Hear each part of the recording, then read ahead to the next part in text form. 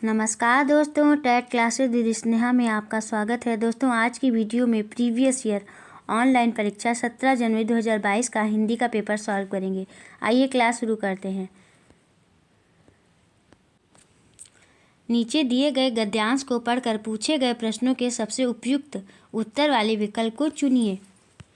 आज विश्व के किसी न किसी हिस्से में अशांति का वातावरण बना हुआ है। कहीं अशांति का कारण बेरोजगारी है तो कहीं साम्राज्य के विस्तार की आकांक्षा, कहीं देश को हड़पने का षड्यंत्र है। परिणाम स्वरूप बहुत से देश अपने नागरिकों को जीवन यापन के अवसर भी नहीं दे पा रहे हैं। कभी उन्हें बाहरी शक्तियों द्वारा फैलाई गई अशांति अपने कदम कदम पीछे खींचने को विवश कर देती है, तो कभी आंतरिक शक्तियाँ ऐसे वातावरण में प्रगति के रास्ते अवरुद्ध हो जाते हैं। विश्व का अधिकांश जनधन विकास की जगह सुरक्षा के संसाधनों पर व्यय हो रहा है। कहावत है कि शांत चित्त ही बेहतर विकल्प खोज पाता है। किसी को कोई काम सौंपते समय यही कहा जाता है कि शांति के साथ मनन करोगे तो यह काम तुमसे जरूर सध जाएगा। विश्व को भी यदि आगे बढ़ना है तो उसे भी नित नए उपाय तलाशने होंगे, जो दोस्ताना और शांतिपूर्ण वातावरण में ही तलाशे जा सकते हैं। जब तक एक दूसरे के प्रति अविश्वास, एक दूसरे से भय बना रहेगा, तब तक सबका साथ बढ़ना संभव नहीं हो पाएगा। सामाजिक, आर्थिक एवं सांस्कृतिक उन्नति का रहस्य विश्व शांति में ही छिपा है। चारों ओर शांति होगी तभी वैज्ञानिक उपलब्धियों का लाभ भी सबको मिल जाएगा। क्वेश्चन है गद्यांश पे आधारित। दोस्तों, गद्यांश के अनुसार विश्व में कैसा वातावरण बना हुआ है? बताइए दोस्तों, कौन सा ऑप्शन सही हो जाएगा? 91 का आंसर हो जाएगा थर्ड ऑप्शन सही होगा, अशांत। विश्व में अशांत वातावरण बना हुआ है। इस अशांत वातावरण के कारण बेरोजगारी है तो कहीं साम्राज्य के विस्तार की आकांक्षा बढ़ रही है, जिसका असर विश्व के हर देश और वहाँ के नागरिकों पर पड़ रहा है। इसके कारण उत्पन्न समस्याएं बढ़ती महंगाई, बेरोजगारी, संसाधनों की कमी और सबसे ज़्यादा उत्पन्न होती है नई नई बीमारियां भी हैं। नेक्स्ट क्वेश्चन है 92 क्वेश्चन। बहुत से देशों द्वारा अपने नागरिकों को जीवन यापन के अवसर उपलब्ध कराने का मुख्य कारण क्या है? 92 का कौन सा ऑप्शन से होगा दोस्तों? थर्ड ऑप्शन से हो जाएगा, सुरक्षा के साधनों पर अत्यधिक व्यय। बहुत से देशों द्वारा अपने नागरिकों को जीवन यापन के अवसर उपलब्ध न कराने का मुख्य कारण सुरक्षा के साधनों पर अत्यधिक व्यय है। देशों द्वारा जनधन विकास की जगह सुरक्षा के संसाधनों पर अनावश्यक व्यय किया जा रहा है। विश्व में अपनी शक्तियों का झंडा लहराने के लिए देशों द्वारा सुरक्षा के साधनों पर अधिक व्यय करना नागरिकों को आंतरिक और बाहरी शक्तियाँ व आर्थिक समस्याओं से अपने कदम पीछे खींचने पर विवश कर रहा है। नेक्स्ट क्वेश्चन है 93 क्वेश्चन। 93 क्वेश्चन है, विश्व की प्रगति के लिए सर्वप्रथम क्या आवश्यक है? क्या आवश्यक है दोस्तों? कौन सा ऑप्शन से हो जाएगा? थर्ड ऑप्शन से हो जाएगा, विश्व में शांति की स्थापना। विश्व की प्रगति के लिए सर्वप्रथम विश्व की शांति की स्थापना आवश्यक है। विश्व की प्रगति और आगे बढ़ने के रास्ते तभी खुलेंगे जब नित और नए उपाय तलाशे जाएंगे और दोस्ताना व शांतिपूर्ण वातावरण रहेगा। शांति की बेहतर विकल्प खोज सकती है। शांति ही बेहतर विकल्प खोज सकती है। नेक्स्ट क्वेश्चन है 94 क्वेश्चन। वैज्ञानिक उपलब्धियों का लाभ कब संभव है? बताइए दोस्तों, कब संभव है? कौन सा ऑप्शन से हो जाएगा? थर्ड ऑप्शन से हो जाएगा, जब समस्त विश्व में शांति और प्रेम का वातावरण हो। वैज्ञानिक उपलब्धियों का लाभ तब संभव है जब समस्त विश्व में शांति और प्रेम का वातावरण हो, या तभी संभव है जब चारों ओर शांति होगी। नेक्स्ट क्वेश्चन है 95 क्वेश्चन। 95 क्वेश्चन है, सबका साथ सबका बढ़ना संभव क्यों नहीं हो पा रहा है? क्योंकि 95 का कौन सा ऑप्शन से होगा दोस्तों? सेकंड ऑप्शन से हो जाएगा, एक दूसरे के प्रति अविश्वास का भाव बना हुआ है। सबका साथ सबका बढ़ना का भाव संभव नहीं हो पा रहा है क्योंकि सभी का एक दूसरे के प्रति अविश्वास का भाव बना हुआ है। जब तक एक दूसरे के प्रति अविश्वास, एक दूसरे से भय और एक दूसरे का खुद को अधिक शक्तिशाली बनने की होड़ रहेगी, तब तक आगे बढ़ना संभव नहीं हो पाएगा। नेक्स्ट क्वेश्चन है 96 क्वेश्चन, साथ साथ शब्द क्या है? क्या है शब्द दोस्तों? कौन सा ऑप्शन से हो जाएगा? फर्स्ट ऑप्शन से हो जाएगा पुनरुक्त शब्द। साथ साथ शब्द में पुनरुक्त शब्द है। पुनरुक्त शब्द वह शब्द होते हैं जो एक ही शब्द वाक्य में लगातार 2 बार प्रयुक्त होकर अपना विशेष अर्थ दर्शाते हैं। नेक्स्ट क्वेश्चन है 97 क्वेश्चन, बेरोजगार शब्द में उपसर्ग है। कौन सा उपसर्ग है दोस्तों? कौन सा ऑप्शन से हो जाएगा? सेकंड ऑप्शन से हो जाएगा बे। बेरोजगार शब्द में बे उपसर्ग है। रोज मूल शब्द गार प्रत्यय है। उपसर्ग वह अव्यय है जो शब्द के पूर्व में जुड़कर उसके अर्थ में परिवर्तन कर देते हैं। उपसर्ग का अर्थ है किसी शब्द के समीप आकर नए शब्द का निर्माण करना। नेक्स्ट क्वेश्चन है 98 क्वेश्चन, सांचित ही बेहतर विकल्प खोज पाता है से क्या तात्पर्य है? क्या तात्पर्य है दोस्तों? कौन सा ऑप्शन से होगा?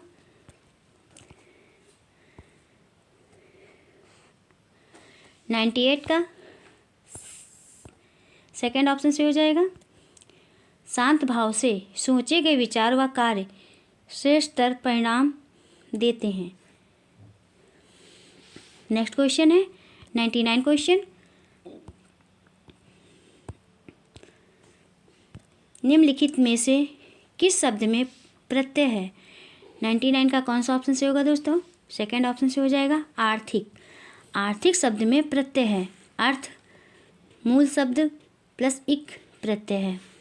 प्रत्यय वे शब्द हैं जो शब्दों के अंत में जुड़कर अपनी प्रकृति के अनुसार शब्दों के अर्थ में परिवर्तन कर देते हैं।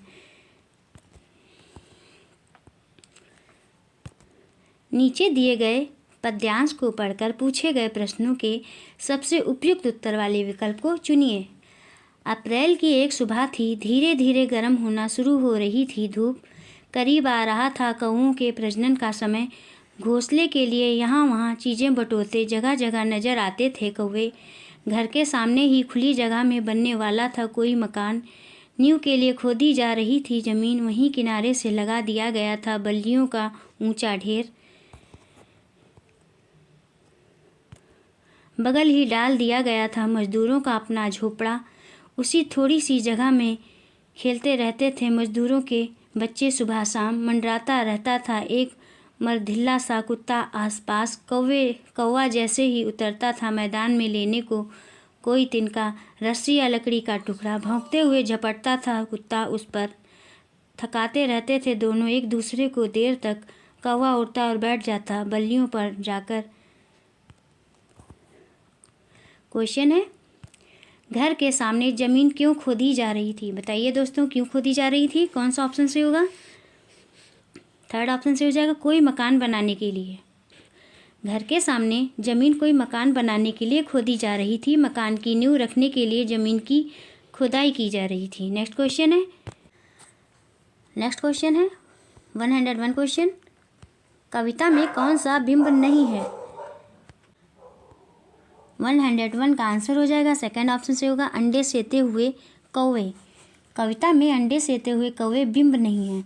बिंब का अर्थ है मूर्त रूप प्रदान करना, अर्थात किसी काव्य में कल्पना द्वारा इंद्रिय अनुभवों के आधार पर शब्दों के बीच चित्र निर्मित करना। किसी कविता में कल्पना स्वरूप चित्र खींचकर उसको कवि मूर्त रूप में वर्णित करता है। नेक्स्ट क्वेश्चन है 102 क्वेश्चन,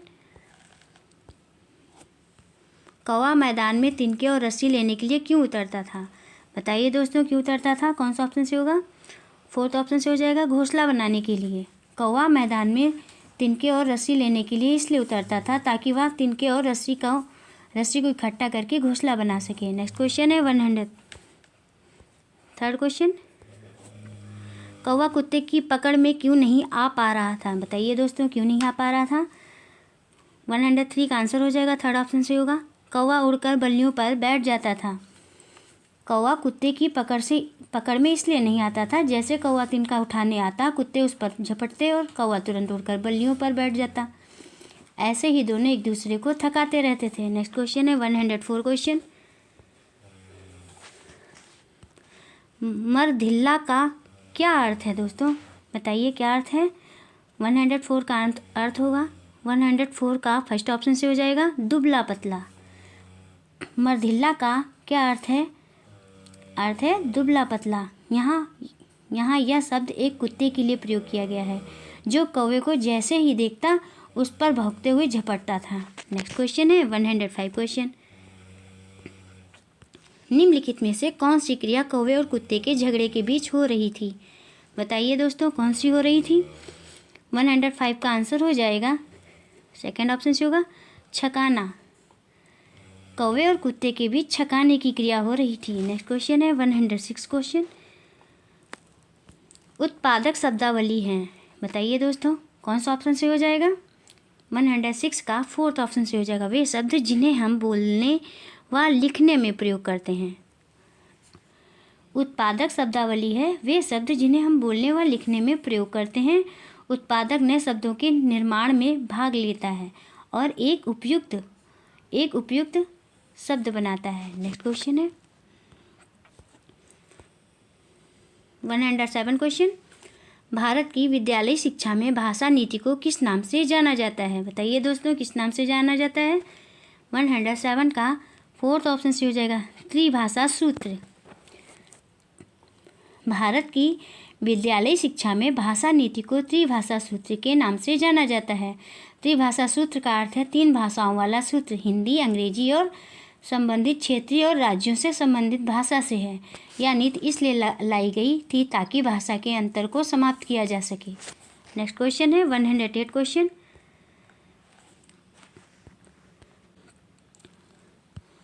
पैटर्न को समझने के लिए अभ्यास एक पद्धति है जिसे डैश में क्या फिल करेंगे दोस्तों? द्वारा बढ़ावा मिलता है।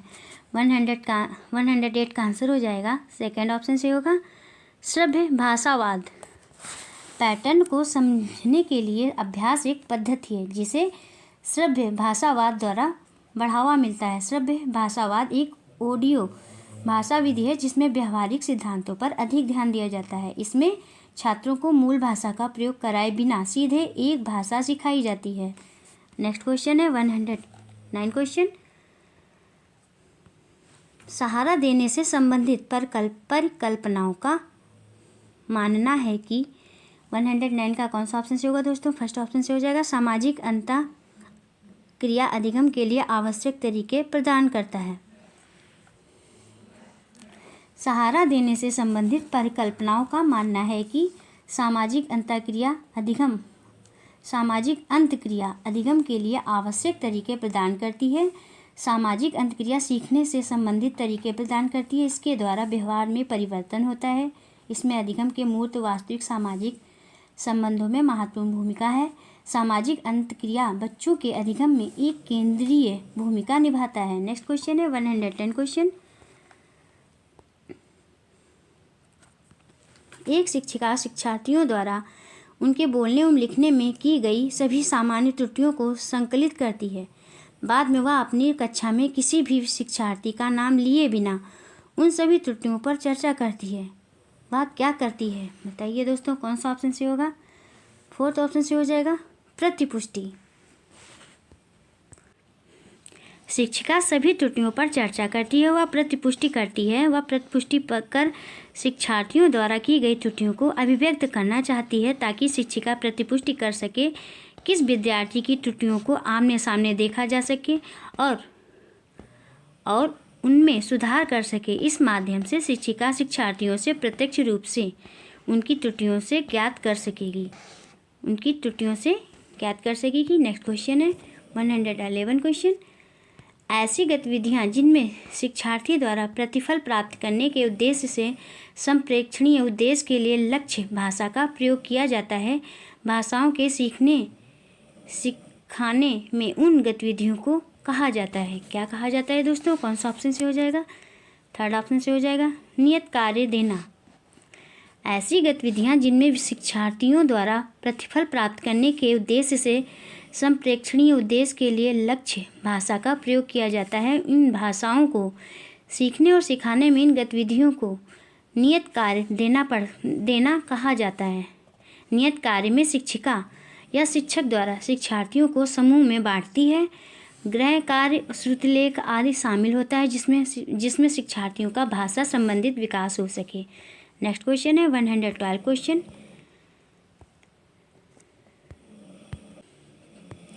112 क्वेश्चन है, एक शिक्षिका शिक्षार्थियों को 4 के समूह में बांटती है और उन्हें एक उदाहरण कहानी पढ़ने तथा उसका सार लिखने के लिए कहती है। जब विद्यार्थी समूह में कार्य कर रहे हैं तो जैसी और जब आवश्यकता होती है वह उनकी मदद कर रही है। बाद में उन्हें उस कार्य को पूरी कक्षा के सामने प्रस्तुत करने के लिए कहती है। इसे क्या कह सकते हैं? बताइए दोस्तों, क्या कह सकते हैं? कौन सा ऑप्शन सही हो जाएगा? सेकंड ऑप्शन सही हो जाएगा, सहायता करना। नेक्स्ट क्वेश्चन है 113 क्वेश्चन, अर्थ के लिए अनुमान है। बताइए दोस्तों, कौन सा ऑप्शन सही होगा? 113 का सेकंड ऑप्शन सही होगा। क्या अंतर्निहित है तथा क्या समझा गया, इसे समझना। नेक्स्ट क्वेश्चन है 114 क्वेश्चन, निम्नलिखित में से किसकी शिक्षार्थियों में पठन के विकास के लक्ष्य के रूप में वकालत नहीं की गई है? 114 का आंसर हो जाएगा थर्ड ऑप्शन से होगा, विषय सामग्री को सिर्फ पहचानना। शिक्षार्थियों में पठन के विकास के लक्ष्य के रूप में विषय सामग्री को सिर्फ पहचानना की वकालत नहीं की गई है, बल्कि शिक्षार्थियों के पठन विकास के लक्ष्य के रूप में विषय सामग्री को पढ़ते समय अनुमान लगाना, विषय सामग्री को अपने पूर्व ज्ञान से जोड़ना, भाषिक सामग्री तथा शब्दों के अर्थ गणना के रूप में भी होगी। नेक्स्ट क्वेश्चन है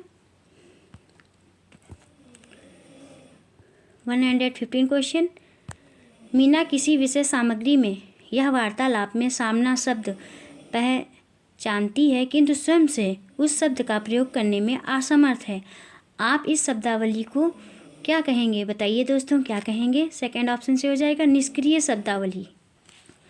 मीना किसी विषय सामग्री में या वार्तालाप में सामना शब्द पहचानती है किंतु स्वयं से उन शब्द का प्रयोग करने में असमर्थ है।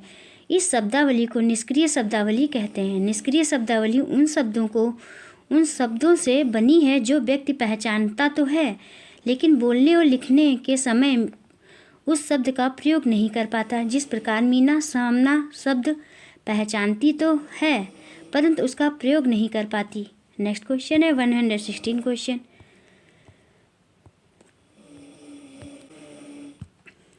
एक शिक्षिका प्रतिदिन निम्नलिखित गतिविधि आयोजित करती है। कक्षा को 5 के समूह में बांटकर उन्हें समूह में बातचीत के लिए 3 प्रतिदिन के विषय देती है। बाद में प्रत्येक समूह से एक विद्यार्थी को लेती है तथा उन्हें पूरी कक्षा के सामने एक समूह के रूप में बातचीत करने के लिए कहती है। वह किसे बढ़ावा देने का प्रयास कर रही है? बताइए दोस्तों, कौन सा ऑप्शन से हो जाएगा? फर्स्ट ऑप्शन से हो जाएगा, आधारभूत अंत व्यक्तिक संप्रेक्षणात्मक कौशल का। नेक्स्ट क्वेश्चन है 116 क्वेश्चन, शिक्षण अधिगम प्रक्रिया के दौरान विद्यार्थियों की प्रगति की मॉनिटरिंग तथा सुधार के लिए तैयार किए गए आकलन हैं। बताइए दोस्तों, कौन से आकलन है? कौन सा ऑप्शन से हो जाएगा? सेकंड ऑप्शन से हो जाएगा, अधिगम के लिए आकलन। शिक्षण अधिगम प्रक्रिया के दौरान विद्यार्थियों की प्रगति की मॉनिटरिंग तथा सुधार के लिए तैयार किए गए आकलन अधिगम के लिए आकलन है। यह आकलन शिक्षार्थियों के ज्ञान, उसकी समझ और उसके कौशल को विकसित करने के लिए मदद करता है। अधिगम की आकलन है जिसमें शिक्षार्थी सीखते हुए साथ में अपनी त्रुटियों का आकलन भी करते हैं। नेक्स्ट क्वेश्चन है 118 क्वेश्चन, राष्ट्रीय शिक्षा नीति 2020 शास्त्रीय भाषा के अध्ययन को डैश में क्या फिल करेंगे दोस्तों के रूप में अनुमोदित करती है? बताइए दोस्तों, कौन सा ऑप्शन से हो जाएगा? 118 का फर्स्ट ऑप्शन से हो जाएगा, त्रिभाषा सूत्र में एक भाषा। राष्ट्रीय शिक्षा नीति 2020 शास्त्रीय भाषा को त्रिभाषा सूत्र में एक भाषा के रूप में अनुमोदित करती है। शिक्षा नीति का उद्देश्य भाषा को एक सूत्र में बांधना था ताकि भाषा बाध्यताओं से मुक्त हो सके और शिक्षार्थियों को त्रिभाषा सूत्र के माध्यम से अतिरिक्त भाषा का ज्ञान हो सके। इनमें हिंदी, अंग्रेजी और एक क्षेत्रीय और राज्यों की भाषा शामिल थी, जिसका उद्देश्य राज्यों का भाषाई विकास समाप्त हो और राष्ट्रीय एकता की वृद्धि से था। नेक्स्ट क्वेश्चन है नेक्स्ट क्वेश्चन है 19 क्वेश्चन। भारतीय संविधान की 8वीं अनुसूची में कितनी भाषाएं दर्ज हैं? कितनी भाषाएं दर्ज हैं दोस्तों? 119 का फर्स्ट ऑप्शन से हो जाएगा 22 भाषाएं। भारतीय संविधान की 8वीं अनुसूची में 22 भाषाएं शामिल की गई हैं। 2003 में 92वां संशोधन हुआ जिसमें 8वीं अनुसूची में 22 भाषा शामिल की गई जो निम्नलिखित हैं, जैसे कि असमिया, बांग्ला, डोगरी, गुजराती, हिंदी, तमिल, कन्नड़, कश्मीरी, मैथिली, मलयालम, कोंकणी, मणिपुरी, मराठी, नेपाली, उड़िया, पंजाबी, संस्कृत, संथली, उर्दू, तेलुगु, सिंधी, बोडो आदि। और नेक्स्ट क्वेश्चन है दोस्तों 120 क्वेश्चन। उत्पादक शब्द संपदा क्या है? 120 का आंसर हो जाएगा फर्स्ट ऑप्शन से होगा वे शब्द जिन्हें हम लेखन तथा वाचन में प्रयोग करते हैं। उत्पादक शब्द संपदा वे शब्द जिन्हें हम लेखन तथा वाचन में प्रयोग करते हैं वो उत्पादक शब्द संपदा कहलाते हैं। उत्पादक से अभिप्राय नए नए शब्द का निर्माण करना है। बस दोस्तों आज की वीडियो में इतना ही। दोस्तों यदि आपको क्लास पसंद आई हो तो चैनल को सब्सक्राइब करिए, लाइक करिए, शेयर करिए और कमेंट्स करके बताइए कि क्लास कैसी रही। मिलते हैं नेक्स्ट क्लास में। Thank you for watching this video.